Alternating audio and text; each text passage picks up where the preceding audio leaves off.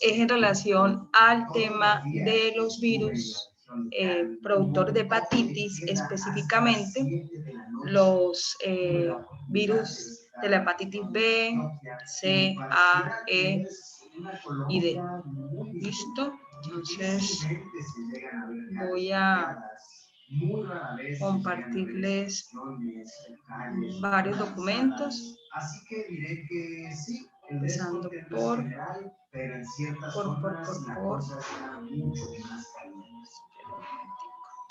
Estamos ahorita en la marcha de resistencia por el paro nacional. El día que está sucediendo esto, 20 de mayo de 2021, se cumple ya un mes que el país de Colombia está en paro nacional. Esto que estamos viviendo en la ciudad de Entonces, esta presentación, bueno, tengo varias, vamos a empezar por esta.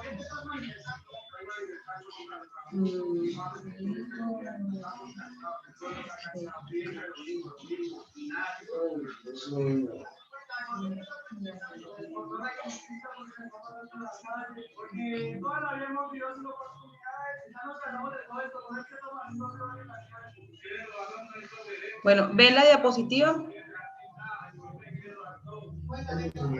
Sí, señora. Sí, profe, sí.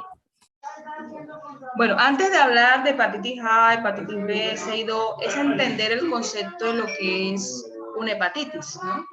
¿Qué es una hepatitis? Para ustedes, cuando les hablan de una hepatitis, ¿en qué piensan? ¿O no piensan en nada? Inflamación a nivel del hígado. Exactamente, la inflamación a nivel del hígado. ¿Cuáles son las causas que pueden conllevar una inflamación del hígado? Que ustedes sepan. Cuéntenme. O sea, ¿por qué causa se puede inflamar el hígado? Consumo excesivo de alcohol. Consumo excesivo de alcohol, ¿sí? ¿Qué más? Por una invasión de parásitos. Por un parásito, ajá, ¿qué más? Una afectación a nivel del corazón derecho. Una afectación a nivel del corazón derecho, no entiendo mucho o sea que, digamos, como la arteria hepática drena a nivel de la vena cava inferior, si hay un taponamiento llevaría a una inflamación del hígado. Bueno, sí, podría ser, pero de lo más común y frecuente de un proceso hepático, primero, cualquiera de los microorganismos que ustedes están viendo en patología infecciosa podrían causar de una u otra manera una inflamación a nivel del hígado. Aparte de eso, también puede darse por un exceso de alcohol que puede conllevar a una cirrosis hepática, también por el proceso Por hígado graso, tal vez. Podría ser, pero no tanto, o sea, no tanto por hígado graso, sino que recordemos, y ahí como nos dice la diapositiva, el hígado es el órgano que metaboliza absolutamente todo, ¿verdad? Desde lo que nosotros consumimos, de los alimentos que consumimos, como hidratos de carbono, lípidos, proteínas, y los fármacos, ellos son los que van a ayudar a que nosotros podamos asimilar los fármacos, ¿ya? Y podamos, se produzca ese efecto. Es más, siempre nos dicen que el consumo excesivo de ciertos u otros medicamentos, ¿qué van a hacer? Pues van a dañar el hígado. ¿Ok? Y entonces el abuso de los mismos va a acarrear problemas a nivel de la salud. ¿Ok? El hígado es un órgano que debemos cuidar, mejor dicho, nosotros debemos cuidar todos los órganos, pero es que el hígado es un órgano que debe sí o sí cuidarse y que cualquier situación puede hacer que se inflame y se altere. Entonces, ¿qué va a suceder con eso? Cuando el hígado se inflama, obviamente sus células, que se llaman como hepatocitos, sus células no van a permitir poder tener esa funcionalidad. Entonces vamos a encontrar en estos pacientes con esa inflamación a nivel del hígado sus parámetros alterados de muchas sustancias. Entonces vamos a encontrar proteínas alteradas, enzimas hepáticas alteradas. ¿Por qué? Porque es que el hígado es un órgano que metaboliza y está presente en muchos procesos como tal, almacena energía, sintetiza sales biliares y cuando está acompañado con la vesícula biliar, pues cuando a alguien le quitan la vesícula, pues obviamente el metabolismo a nivel de las grasas pues se va a disminuir por esos procesos. ¿Sí pasó la diapositiva? ¿Sí? Sí, profe. Sí, profe.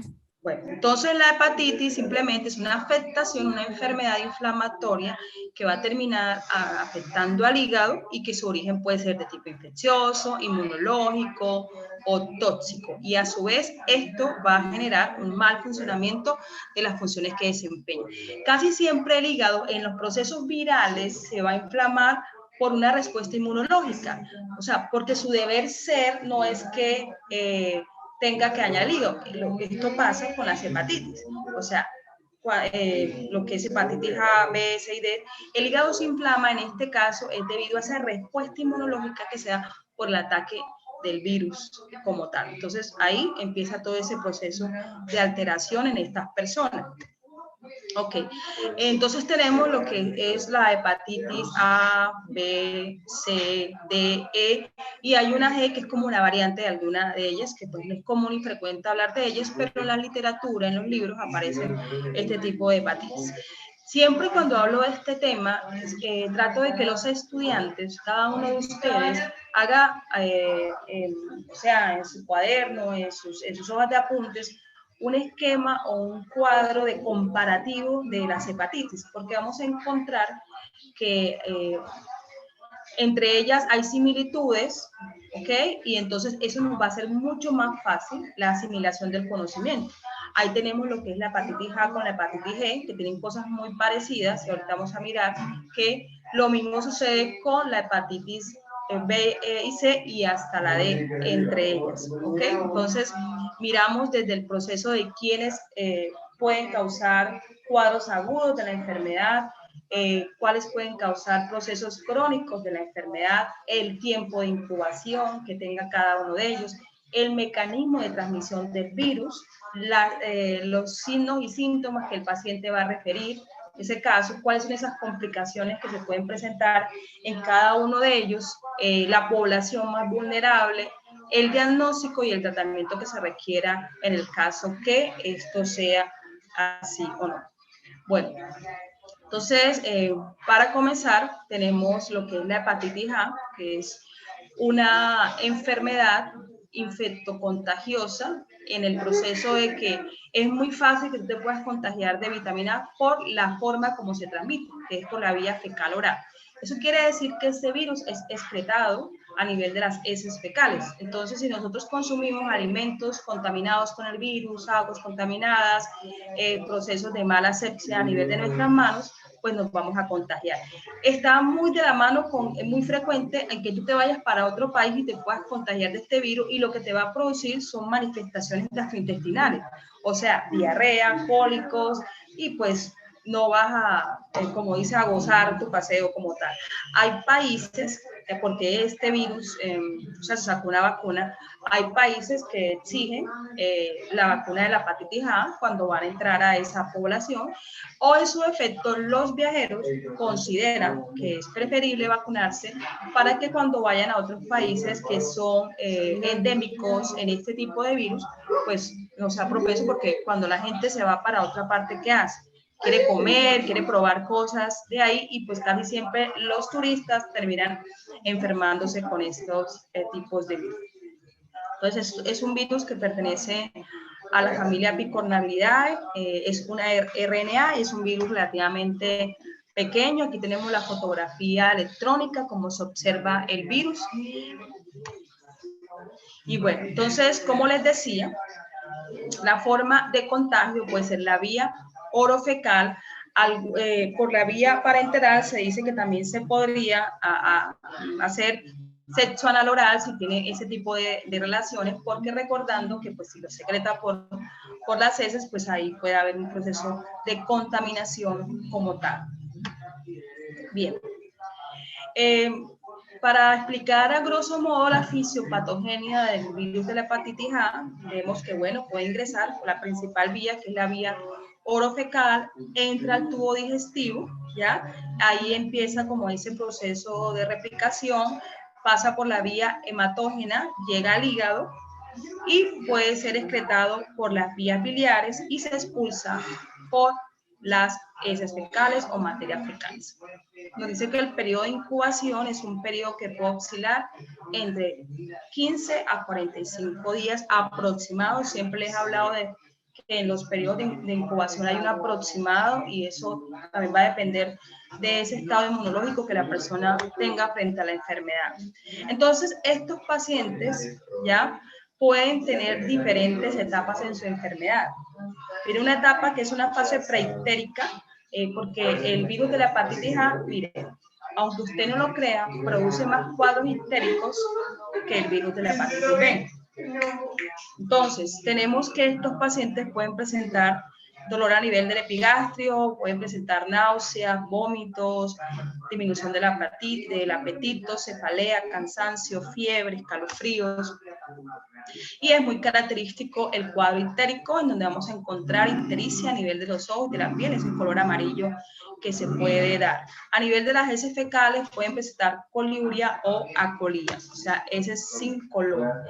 En cuanto a la parte diagnóstica de este virus, la detección del virus, bueno, primero hacer como estudios a nivel de las heces fecales o también hacerles pruebas serológicas para mirar titulaciones de anticuerpos específicos para el virus de la hepatitis A, IgM, que van apareciendo en la segunda semana después que se ha dado la infección.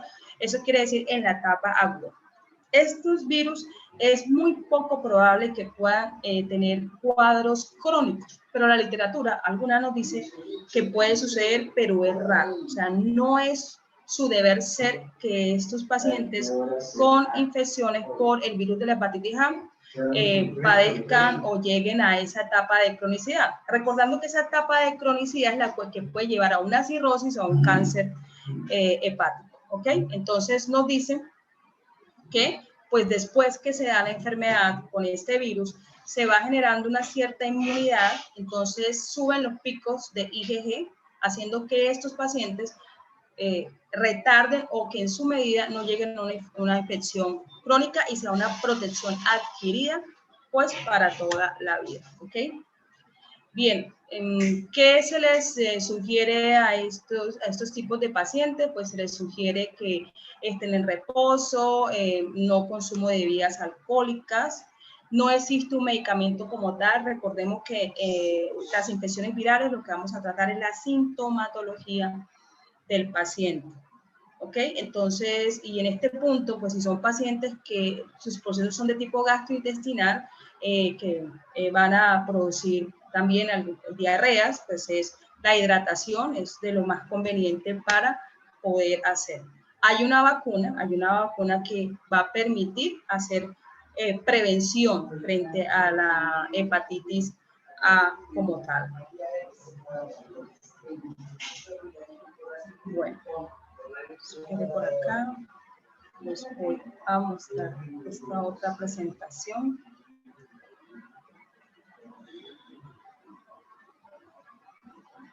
También creo que les voy a compartir más tarde un PDF que ahí les habla como en forma muy resumida de estos procesos y estas infecciones.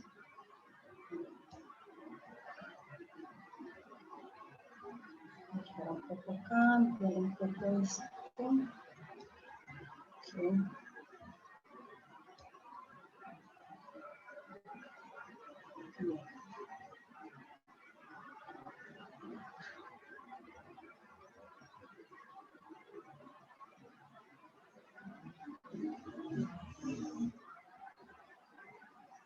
Bien, entonces, otras características que debemos conocer frente al virus de la hepatitis A es lo estable, a lo que ellos se pueden mantener y la inactividad, o sea, qué cosas puede hacer el paciente o a esos pacientes para, pues, inactivar de una u otra manera los virus. Nos dice que son estables a pHs ácidos, pues bueno, claro, si puede tolerar la acidez a nivel del estómago, pues claro que la acidez a ellos están en su mejor ambiente.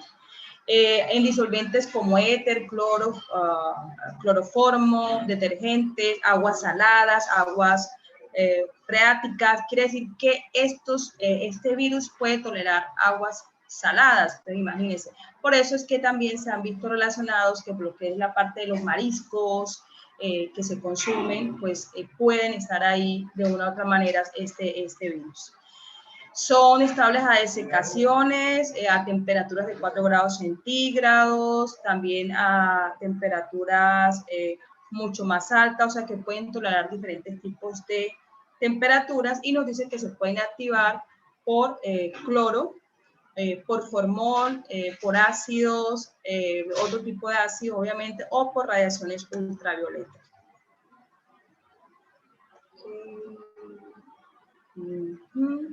Bueno, signos, como le decía, hay síntomas, fiebre, anorexia, náusea, dolor a nivel del cuadrante superior derecho debido a la inflamación del hígado. El cuadro ictérico es casi siempre se va a dar en estos pacientes después que pasan la fase preictérica.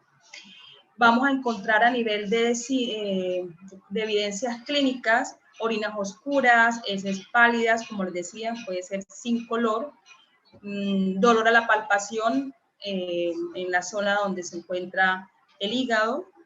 Algunos van a manifestar dolores en sus articulaciones, algún tipo de artritis, algunos pueden presentar algún tipo de exantema. Entonces, mire que estas situaciones pueden de pronto hacernos pensar que tiene otro tipo de enfermedad viral. Entonces, debemos tener en cuenta eso para hacer esos diagnósticos diferenciales. A nivel de datos de laboratorio, vamos a encontrar que todas las enzimas hepáticas se van a encontrar aumentadas, la protombina también se va a encontrar aumentada, la bilirrubina, la fosfatasa alcalina, y se van a dar cierto tipo de neutropenia, perdón, disminución de los neutrófilos. Diagnóstico, sí, como decía, y pues el tratamiento que le vamos a dar, vamos a darle pues esos mecanismos de ese buen lavado correcto de las manos para poder interrumpir esa transmisión fecal oral. Vamos a pues que las aguas que las cuales tenga contacto sean aguas cloradas potables. Pues recordemos que también está el proceso de la vacunación como tal para prevenir todos esos aspectos. Bien. Listo.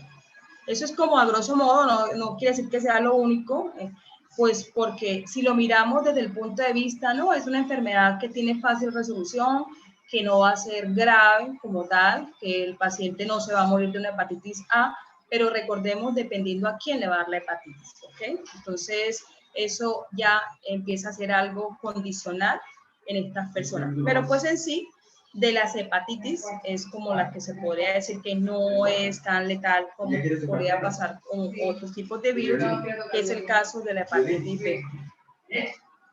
Bien, entonces mirando la hepatitis B, que es de lo que más se habla, de lo que más hay que tener cuidado, de lo que están ahí todo el tiempo encima de este virus, está por las complicaciones que puede producir, por el daño que le produce al hígado, porque es un riesgo muy grande que lo lleva a un cáncer de hígado, entre otras muchas cosas ahí como tal. Entonces, este es un virus que presenta partículas dianas, que tiene un tamaño de 42 nanómetros, esférico, con envoltura. Oiga, chicos, ¿será que me dejan dar un paso? Perdón.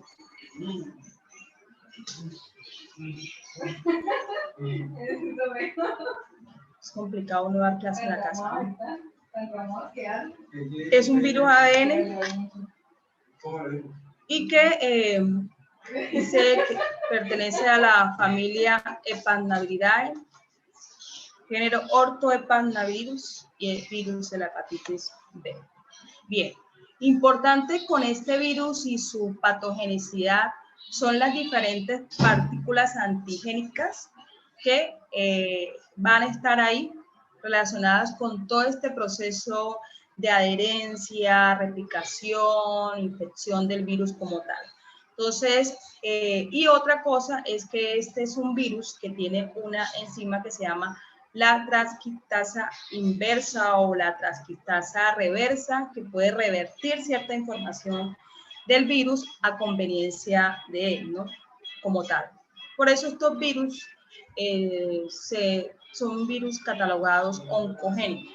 Su deber ser como tal no es producir cáncer, y eso es lo que pasa con la mayoría de los virus, sino que simplemente en este caso esa reacción inflamatoria del hígado es debido a esa respuesta inmunológica frente a la agresividad que este virus tiene. A nosotros, pues, nos vacunan contra la hepatitis B, ¿no? En el esquema de vacunación que nos colocan 3 dosis. Se supone que nosotros ya debemos estar protegidos para que no nos dé hepatitis, pero es importante saber si esas personas adquirieron los anticuerpos frente al antígeno de superficie, que es el que nos va a decir si la enfermedad está activa o no está activa. Y aquí lo tenemos el antígeno de superficie, tenemos el antígeno del core, tenemos el antígeno épsilon. Estos son partículas virales que el virus tiene como tal. También procede algún tipo de proteínas y partículas que nos van a ayudar también a esa adherencia, a que el virus pueda entrar y producir esa enfermedad. Entonces, pero para eso pues se necesitan cierto tipo de receptores ya que puedan permitir que el virus llegue, se adhiera a la célula del hueso. Receptores como transferrinas, endonesinas hepáticas, son sustancias que ayudan de una u otra manera a esos procesos para que se pueda complementar toda la acción como tal del ciclo replicativo del virus. Entonces, importante, ¿cómo se puede transmitir el virus de la hepatitis B? ¿Okay?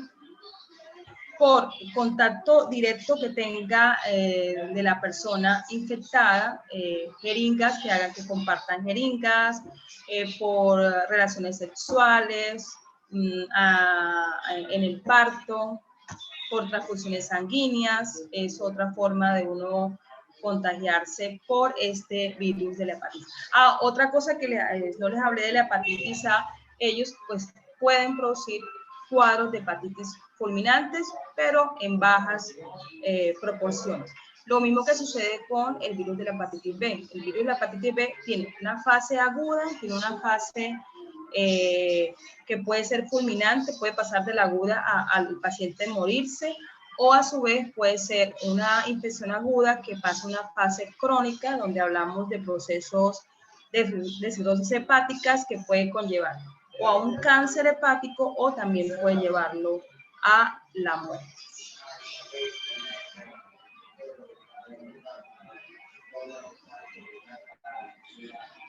Bien. Cuando se hacen pruebas de laboratorio, se van a analizar estas diferentes estructuras antigénicas y eso nos va a decir la condición o el proceso que el paciente está llevando, desde si está en una etapa aguda, si está en una etapa convaleciente, si está en una etapa que superó la hepatitis y que va a tener mejoras. Entonces todas esas pruebas de laboratorio se hacen con estos tipos de pacientes, ¿okay? Si tiene el antígeno de superficie, es una infección franca que está ahí presente, ya sea que sea la etapa aguda o ya sea la etapa crónica. Mientras ese antígeno esté presente ahí, el paciente sigue estando infeccioso y sigue estando complicado como tal. Es más, cuando nosotros generamos inmunidad, los famosos anticuerpos que a ustedes cuando vayan a sus rotaciones, que es en sexto semestre, si no estoy mal, a ustedes les van a exigir un examen que se llama titulación de anticuerpos contra el antígeno de superficie de la hepatitis B.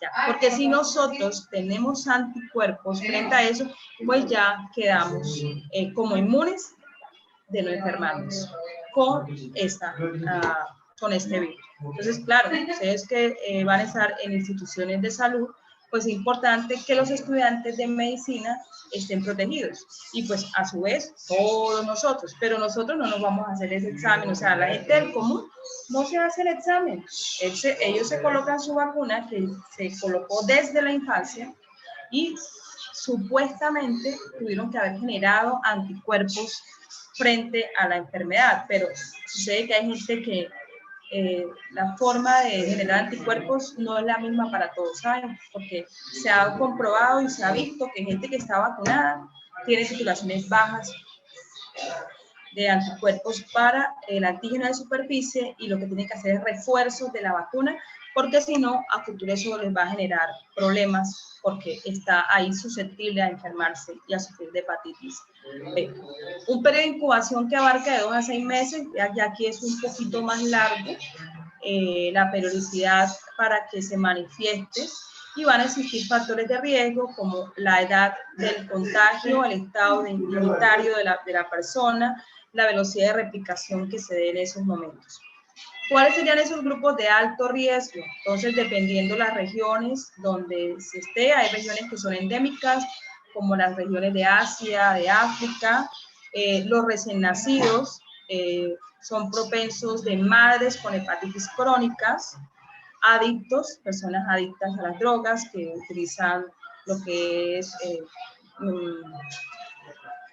drogas colocadas por la vía parenteral, personas promiscuas que tienen múltiples parejas, homosexuales, hemofílicos, personal sanitario que pues esté ahí, que se contagie, por lo menos ustedes, médicos en formación, cuando están suturando a una persona y se pullan, pues una de las pruebas que les hace su ARL es eso, ¿ya? El de la hepatitis B y le hacen profilaxis para el virus de la hepatitis B. Entonces, a nivel de cuadro clínico, vamos a encontrar que se inicia con una infección. Aquí hay una estadística, pero no vamos a mirar la estadística, sino mirar esos procesos que se pueden dar cuando un paciente se infecta con el virus de la hepatitis B.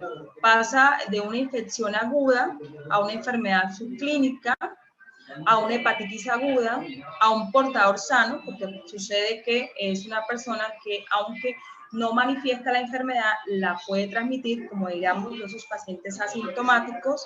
Otros van a pasar a infecciones persistentes que se convierten en infecciones crónicas. Las persistentes se pueden recuperar, las crónicas nos van a llevar a una cirrosis que obviamente va a conllevar a un cáncer y pues por lo tanto se puede morir el paciente. Porque un paciente se puede morir ya sea por cirrosis o ya sea por cáncer. Cirrosis, ¿por qué? Es un paciente que su hígado no está funcionando de una forma adecuada y en cualquier momento pues una falla que tenga y se muere. Y el cáncer, pues porque definitivamente ya ahí no hay nada que hacer a menos que le hagan un trasplante. Bien. Entre signos y síntomas.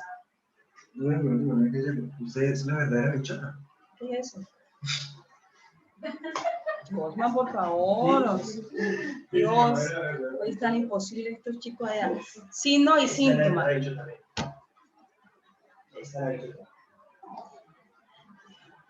Cuando un paciente tiene hepatitis B puede ser sintomático o asintomático. Cuando hablamos de asintomático no es que no tenga nada, no es que no tenga el hígado inflamado, simplemente que es un paciente que no va a requerir que tenga fiebre, que no tenga como ese cuadro característico, sino que va a manifestar eso, dolor, ya a nivel de la zona donde se encuentra el hígado, va a consultar y resulta que, oh, sorpresa, tiene hepatitis, ¿ya? Y se le va a dar todo el aislamiento, el tratamiento. Pero vamos a encontrar otros pacientes que sí, que van a manifestar fiebre, que van a manifestar exantema, artritis, cuadros histéricos y malestar, anorexia, náuseas, dolores, o sea, entre otros cuadros que ya se reflejan como tal en este tipo de pacientes y que pues ya es mucho más grave la cosa. Entonces, partimos de un periodo de incubación, luego pasa un periodo preitérico, otro ictérico, diciéndoles que los pacientes con hepatitis B no todos van a tener cuadros ictéricos. La gente pensaría que sí, pero no. Y si nos vamos entre A y B, da más ictericia en los pacientes con hepatitis A que en los pacientes con hepatitis B, pero el daño acá es mucho peor, las consecuencias acá son más letales que un virus, el virus de la hepatitis B. Entonces, en la parte del cuadros agudos está lo que es el periodo de incubación, el periodo prodrómico, que son esos síntomas muy generalizados, el periodo del estado como tal y luego ya el periodo de convalescencia. Entonces, ictérico, cuando son ictéricos, pues aquí la esclerótica, si no estoy mal, ustedes me corrigen, se coloca de color amarillo, obviamente, y pues la piel también se va a colocar amarillo. Complicaciones que pueden presentar estos pacientes también van a presentar lo que son artralgias, artritis, exantemas cutáneos, pleuritis, exudativas, bueno, entre otros. Son ya pues casos como más atípicos de lo normal. Para mejorar estas infecciones, pues van a tratar la sintomatología y mirar que esos parámetros que se alteraron vuelvan a su normalización.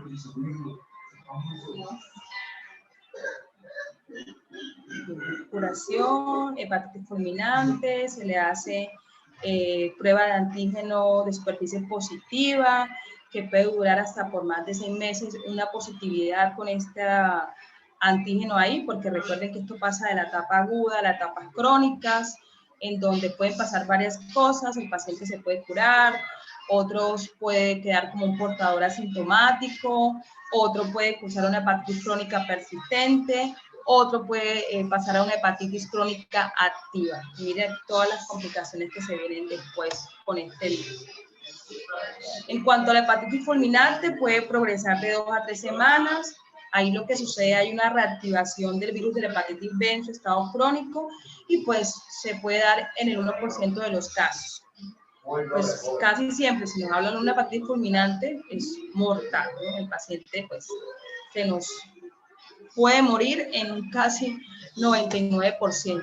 Y la crónica, pues es una infección que está ahí recurrente, que inicia inaparentemente, que se puede identificar por otros motivos, y estos pacientes lo que van a es acudir ahí por ese dolor que presentan en el hipocondrio derecho, que es donde está pues la zona del hígado, y pues van a presentar cuadros ictéricos, ascitis, artralgias, fiebre, lesiones cutáneas, que puede durar hasta un periodo de más de 6 meses con este cuadro como tal.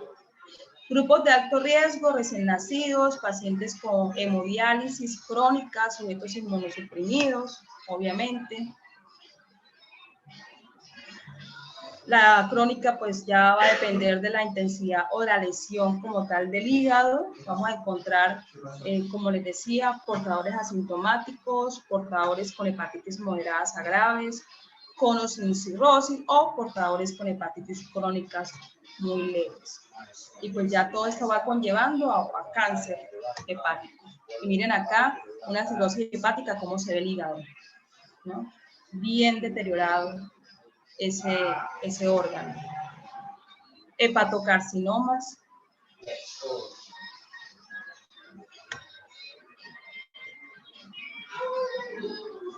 La transmisión vertical de la madre e hijo nos dice que es en un 90%. No es un virus que se haya detectado a nivel de las heces fecales, y pues ya acordándonos de las adicionales, que es por la vía endovenosa, por las relaciones sexuales. Bueno, diagnóstico.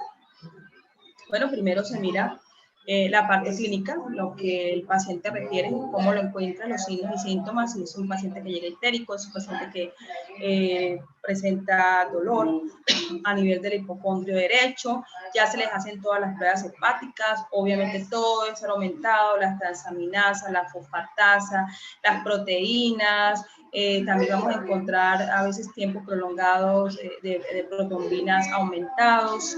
En cuanto a eso, se van a hacer pruebas específicas de antígenos específicos del virus para poder dar un diagnóstico. Vamos a encontrar linfocitos elevados, un paciente con linfocitosis, y se confirman con las pruebas serológicas. Y aquí tenemos este cuadrito que es muy útil. Vamos a ver acá, se lo voy a mostrar mejor. A nivel de los patrones serológicos. Entonces miremos que en la etapa aguda, con relación a la hepatitis A, pues obviamente los que están relacionados con el virus de la hepatitis B, pues van a estar negativos, ¿no? Y ahí pues sería el único, el antígeno específico IgM para la hepatitis A. Vamos acá con el virus de la hepatitis B. Dice, aguda en fase muy temprana. ¿Cómo van a salir estos pruebas de laboratorio? Aquí solamente vamos a encontrar que va a estar positivo el antígeno de superficie. En la hepatitis B aguda en fase de comienzo, entonces va a estar alto el de la antígeno S, el anticuerpo, C, y la IgM va a estar también del core, también va a estar positivo. Bueno, estos pues son pruebas que ustedes cuando estén realizándolas a sus pacientes pues van a tener en cuenta de saber en qué fases, qué procesos están llevando ellos con el mismo, de ver si están recuperándose, si al contrario siguen empeorando, porque pues eso es lo que nos marcan las pruebas de laboratorio. Bueno, aquí está un poquito como esa gráfica. Aumentadas las transaminasas, aumentado también, aquí ya el anticuerpo para el core van a estar aumentados. Son patrones serológicos. No es necesario el tratamiento antivírico, lo que se recomienda es reposo, dieta, evitar las funciones percutáneas, disminuir los contactos íntimos con este tipo de pacientes, porque ellos tienen que tener un periodo de aislamiento, pacientes con hepatitis B. Y aquí pues el tratamiento con relación a las infecciones fulminantes, líquidos, apoyo circulatorio, respiratorio, control de la hemorragia, entre otros. Eso es como ya tratamiento. La vacuna, pues, es una vacuna intramuscular que tiene ¿cuántas dosis? Hoy como que no me van a dejar clase. Por favor, déjenme dar clase. El virus de la hepatitis B tienen 3 dosis, ¿no? Y una cosa es que si esas dosis no se cumplen como se debe, pues debe volver otra vez a repetirse el esquema. Y como yo les decía, si la vacuna no ha generado esa inmunidad en estas personas, deben hacerse refuerzos, porque eso es perjudicial para el paciente. Voy a quitarle este y voy a mostrarle la otra.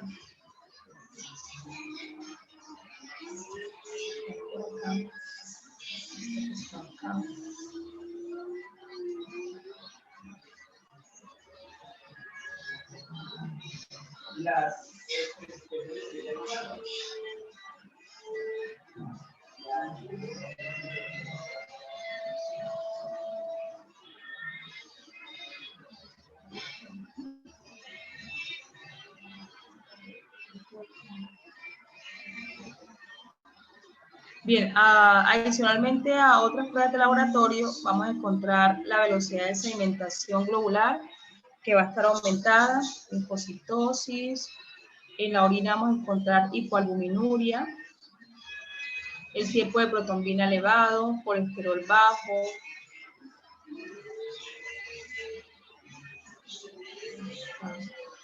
Bueno, las receptoras antigénicas, como les decía. Antígeno de superficie, externo, core.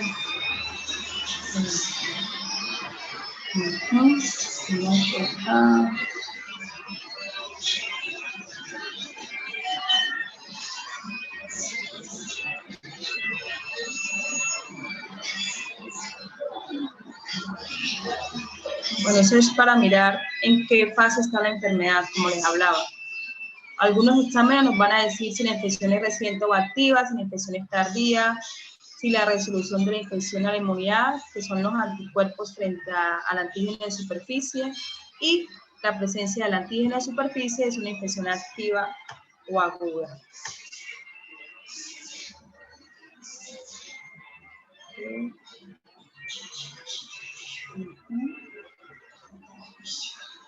En la infección crónica sigue estando activo el antígeno S, muy contagioso cuando está el antígeno E. Infección crónica, pues vamos a encontrar anticuerpos frente al core, pero la IgG va a encontrarse también presente. Cáncer, ok. Muy bien. Listo. La hepatitis C tiene cosas muy similares a la hepatitis B, pero en el proceso de lo que es la parte del cáncer hepático, la incidencia mayor la va a dar el virus de la hepatitis B, puesto que el virus de la hepatitis C tiende a quedarse como en ese estado de cronicidad por un periodo mucho más largo de tiempo. Es un virus que pertenece a la familia Flaviviridae, donde su agente es el virus de la hepatitis C, RNA monocatenario de forma positiva, y la forma o el mecanismo de transmisión es mucho más lo que tiene que ver la parte de las transfusiones sanguíneas, pues también nos dice que se puede transmitir mediante relaciones sexuales o por la vía vertical, pero entre esas la que tiene mayor incidencia o donde se lleva la mayor carga viral se ha visto y se ha reflejado, que es cuando hacemos lo que es la parte de las donaciones o la sangre. En cuanto a la fisiopatogenia, este virus entra por la vía parenteral, vía sanguínea, llega al hígado, llega a los hepatocitos, produce daño hepático y llega a un estado de cronicidad. Este virus, cuando ingresa a los hepatocitos, van a encontrarse dos receptores, que es el CD81 y el SRBI. Posteriormente se va a dar ese proceso de replicación dentro del citoplasma de la célula del huésped y produce lo que es el daño como tal de los hepatocitos, y luego se va a hacer la liberación del virus que va a infectar toda la zona del hígado. En cuanto a los signos y síntomas, nos dice que el 80% de los pacientes son asintomáticos. Entonces, es una enfermedad que tiende a ser muy silenciosa porque los pacientes no refieren una sintomatología temprana y que cuando ya se consulta vemos que ya tiene daño a nivel del hígado. Por eso les decía que el virus de la hepatitis C es de los que están más relacionados con estos pacientes que están en la etapa crónica cirrótica. El deber ser es que cuando un paciente empieza a manifestar algún tipo de sintomatología sospechosa de virus y sobre todo de las hepatitis, debería hacerse pruebas de tamizaje para poder prevenir y no llegar a un estado de cirrótico o a un estado de cáncer como tal. Cuando hay signos y síntomas, vamos a encontrar ictericia, no siempre, fatiga, debilidad, prurito, anorexia y pues ya la cirrosis como tal. Pocas veces encontraremos acolía o orinas oscuras. Factores de riesgo, quienes pueden estar más susceptibles o más a riesgo, como dice, de poder padecer esta enfermedad. Personal de salud, obviamente, cuando hacemos transfusiones sanguíneas constantes, personas drogadictas que ingieren o se inyectan droga por la vía endovenosa, la promiscuidad, tener relaciones con varias parejas sin tener la debida protección. En cuanto al diagnóstico, pruebas serológicas específicas, titulación de anticuerpos para decir si es el virus de la hepatitis C o no. Entonces encontramos que se realiza por medio de las técnicas de ELISA, pruebas moleculares, PCR. Y en cuanto a la prevención, no hay vacuna para la hepatitis C, entonces hay que hacer todas estas acciones para evitar no contagiarnos, como no compartir agujas, no usar guantes si se ha de tocar sangre de otros pacientes, usar condón a las relaciones sexuales, bueno, entre otros. En cuanto al tratamiento, hay ciertos tipos de medicamentos que pueden ayudar a inactivar el virus de la hepatitis C, interferón alfa, interferón 2A, 2B, interferón alfa-con. Bueno, eso ya son fármacos que ustedes más adelante mirarán el uso para hacerlos. La ribavirina. Okay. Miremos acá. Esta otra diapositiva.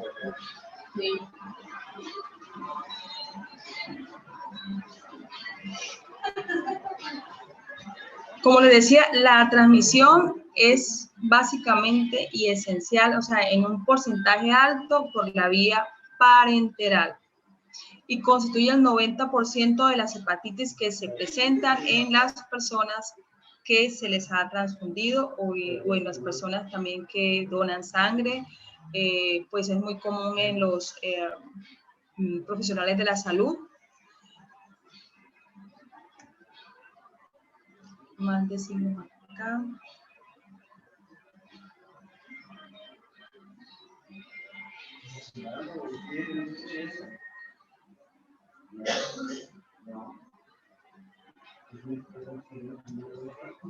Con respecto al virus de la hepatitis D, es casi como si estuviéramos hablando de la hepatitis B, en cuanto a la forma de transmisión, en cuanto al comportamiento de los pacientes. La diferencia donde se marca, que si no hay hepatitis B, pues tampoco se puede dar la hepatitis D.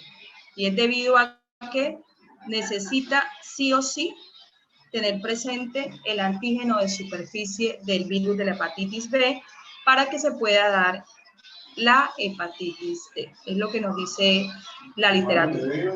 Quiere decir que si nosotros estamos inmunizados contra el virus de la hepatitis B, pues también vamos a estar inmunizados contra el virus de la hepatitis D. O sea, la D no se puede dar si la B no está presente. ¿Ok? Eso tengámoslo claro. Otra diferencia es que el virus de la hepatitis B es ADN y el virus de la hepatitis D es RNA. Este es incapaz de replicarse, como les decía, por sí mismo y va a requerir del virus de la hepatitis B. Y la transmisión es igualito a el virus de la hepatitis B. El D solo se encuentra en personas portadoras del B. El D empeora una infección ¿de quién? Del B. Cuando pasa, ustedes preguntarán, bueno, ¿y yo cómo sé si tiene hepatitis B o tiene hepatitis D? ¿Ok? La única forma de saberlo es por pruebas de laboratorio. Si no, es igual el comportamiento como les decía. Y ahí van a estar los dos, ¿no? Van a estar tanto el B como el D, los dos virus ahí presentes. Y la transmisión, como les decía, pues igual, por la vía parenteral, por relaciones sexuales, también puede atravesar la vía placentaria. La B se va a producir como una coinfección de la hepatitis B y también se puede presentar como coinfección durante la infección aguda de la hepatitis B. Los desarrollos en cuanto a la parte clínica son casi iguales que los de la B, pueden producir hepatitis fulminante, procesos cirróticos. ¿Quiénes son los grupos de riesgo? Todas las personas susceptibles a la hepatitis B. o que son portadores de hepatitis B, pueden ser infectados por la D. Este virus tiene efectos patogénicos directos sobre las células hepáticas también, y síntomas normalmente no se presentan síntomas específicos y todos son iguales a los de la hepatitis B. Proceso a nivel de la artritis, algunos pueden presentar vómitos, exantemas, fiebres, ictericia, entre otros. Entonces, como profilaxis, igual que lo que nos habla la literatura de la hepatitis B, tenemos que hacerlo para evitar la D. ¿Ok? Y como les decía, si estamos protegidos contra la B, pues la D no va a estar presente. O sea que esta vacuna que nosotros nos colocamos nos está protegiendo de 2 infecciones. Para el diagnóstico, pues vamos a utilizar suero del paciente, vamos a emplear técnicas de radioinmunensayos, enzimoinmunensayos como ELISA, marcadores virales, vamos a mirar titulaciones de anticuerpos específicos para cada una de ellas, porque como les decía, el paciente presenta la misma clínica, la misma sintomatología, mejor dicho, todo, pero a la hora de hacer la diferenciación tenemos que hacer pruebas tanto para la B como para la D. No hay medicamentos, no hay antibióticos, no hay nada, simplemente lo que vamos a hacer es tratar la sintomatología, paciente en reposo, mirar los parámetros a nivel sanguíneo, igual que en la B se van a alterar las enzimas hepáticas, se van a encontrar alterado lo que los tiempos de protombina, todo lo anteriormente dicho en la B se va a también dar con el virus de la hepatitis D. Bueno. Y llegamos a la E. La E es muy parecida al virus de la hepatitis A en cuanto a manifestaciones clínicas que presenta, en cuanto al mecanismo de transmisión, en cuanto a las fases de la enfermedad, que casi todos es la fase aguda, es muy poco probable la fase crónica, pero bueno, en algunos casos atípicos se da.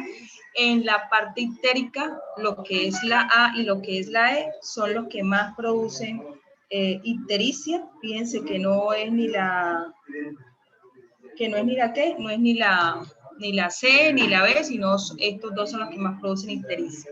Es un virus que pertenece a la familia Caliciviridaes, es un virus ARN de sentido positivo, también es un virus muy pequeño y pues los mecanismos de contagio son iguales a los de la A, el agua contaminada, el contacto persona a persona, mal lavado de las manos porque la vía es fecal oral, un periodo de incubación de 4 a 8 semanas y dice que hay algunos reservorios como los monos o simos que pueden tener este virus. En cuanto a la parte clínica, es muy semejante, como les había hablado, a la de la hepatitis A. No hay pruebas que exista una forma crónica de la misma, pero hay artículos que nos dicen que sí se podría presentar, pero no es algo del deber ser, sino que, como en todo en la vida, son cuestiones inusuales, pero que se podrían presentar. La tasa de letalidad es semejante a la hepatitis A, pero en el caso de las mujeres embarazadas, la cuestión sí se complica mucho más, porque en las mujeres embarazadas que les sean infectadas con el virus de la hepatitis E, los puede llevar a una hepatitis fulminante y la paciente se va a morir. Entonces, empezamos por la vía digestiva, luego se infectan los hepatocitos, hay una secreción a nivel de bilis y hay un excretado también a nivel de las materias fecales. ¿Qué pueden referir estos pacientes? Es muy similar a la sintomatología de las hepatitis agudas virales, casi todas son en sintomatología muy generalizadas, pues aquí lo que vamos a observar es cuadros ictéricos en algunos pacientes, en otros no, fatiga, náuseas, dolor, que tiene que ser siempre a nivel de hipocondrio derecho por la inflamación del hígado. Algunos pacientes van a presentar fiebre, hepatomegalia, otros pueden presentar cuadros diarreicos no tan intensos, pero sí pruritos, artralgias, urticarias, Y pues como les decía, en el caso de las mujeres embarazadas, la hepatitis fulminante. Hay una estadística muy alta y pues ustedes van a indagar o averiguar por qué a las mujeres embarazadas le afecta tanto el virus de la hepatitis G y por qué los lleva a una hepatitis fulminante. En cuanto a la profilaxis, pues si es un virus que se transmite por, o sea, es secretado a nivel de las heces, pues es la higiene juega un papel muy importante en cuanto a esa buena asepsia que nosotros hagamos de nuestras manos, de los alimentos que consumimos, ese contacto directo que tenga con el paciente o con las personas, ya que pues la eliminación de los mismos puede conllevar a esa infección como tal del virus. En cuanto al diagnóstico, pues van a haber pruebas específicas de titulaciones de anticuerpos, tanto IgM como IgG. En este caso, la IgM va a ser significativo de las 5 a las 6 semanas y la IgG a las 14 horas después de ya haberse dado todo el proceso agudo y ya empieza a bajar la M, pues va a ser significativo la IgG. Tratamiento, pues no hay tratamiento como tal. Recordemos que las infecciones virales, lo único que nosotros podemos tratar es la sintomatología del paciente y son muy iguales o son muy parecidas a las que podemos realizar para el de la hepatitis A. Pero aquí hay una diferencia, que la hepatitis A sí tiene vacuna, en cambio la hepatitis E no. Les van a investigar en qué periodo o en qué edad se coloca la hepatitis A y si está dentro del esquema de vacunación. Lo mismo con la vacuna de la hepatitis B. Y tenemos una hepatitis G, que es una hepatitis que pertenece, un virus que pertenece a la familia de los flavivirus, RNA, que es una forma nueva de hepatitis que no es muy común ni frecuente.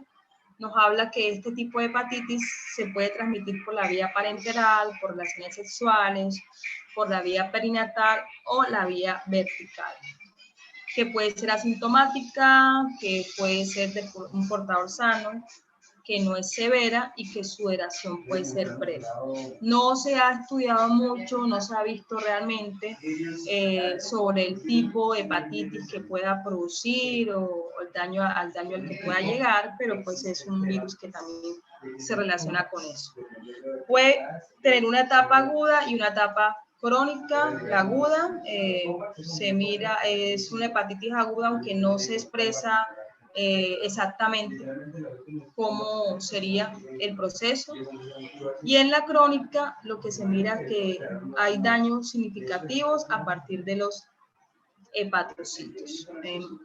¿Qué pruebas se utilizan? Pues se miran titulaciones de anticuerpos específicos frente al virus de la hepatitis G, pruebas de PCR.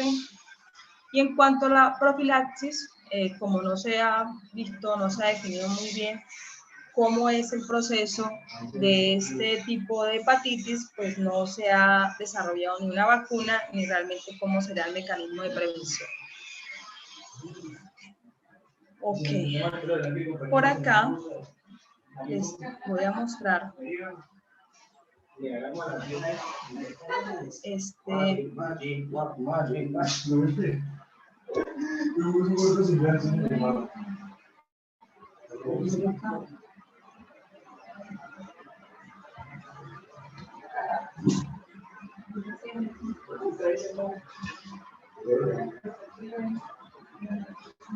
este es un PDF que les estaré compartiendo con las monitoras, que me parece un PDF muy interesante, en donde acá van a encontrar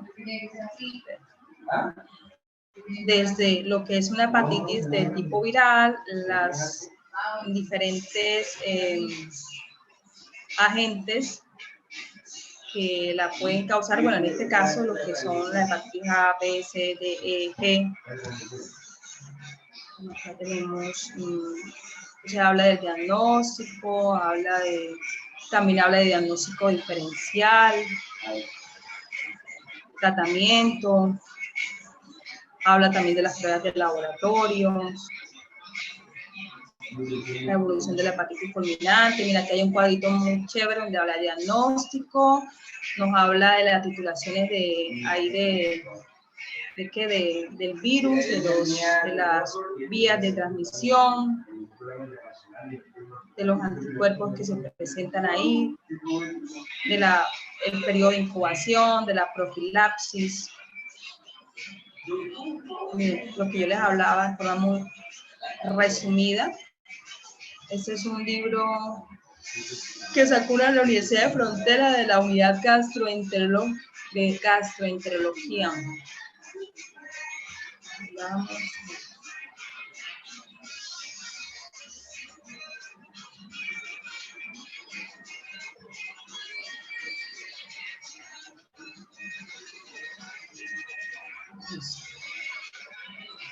Muy bueno. Preguntas, dudas o inquietudes que tengan frente a este tema.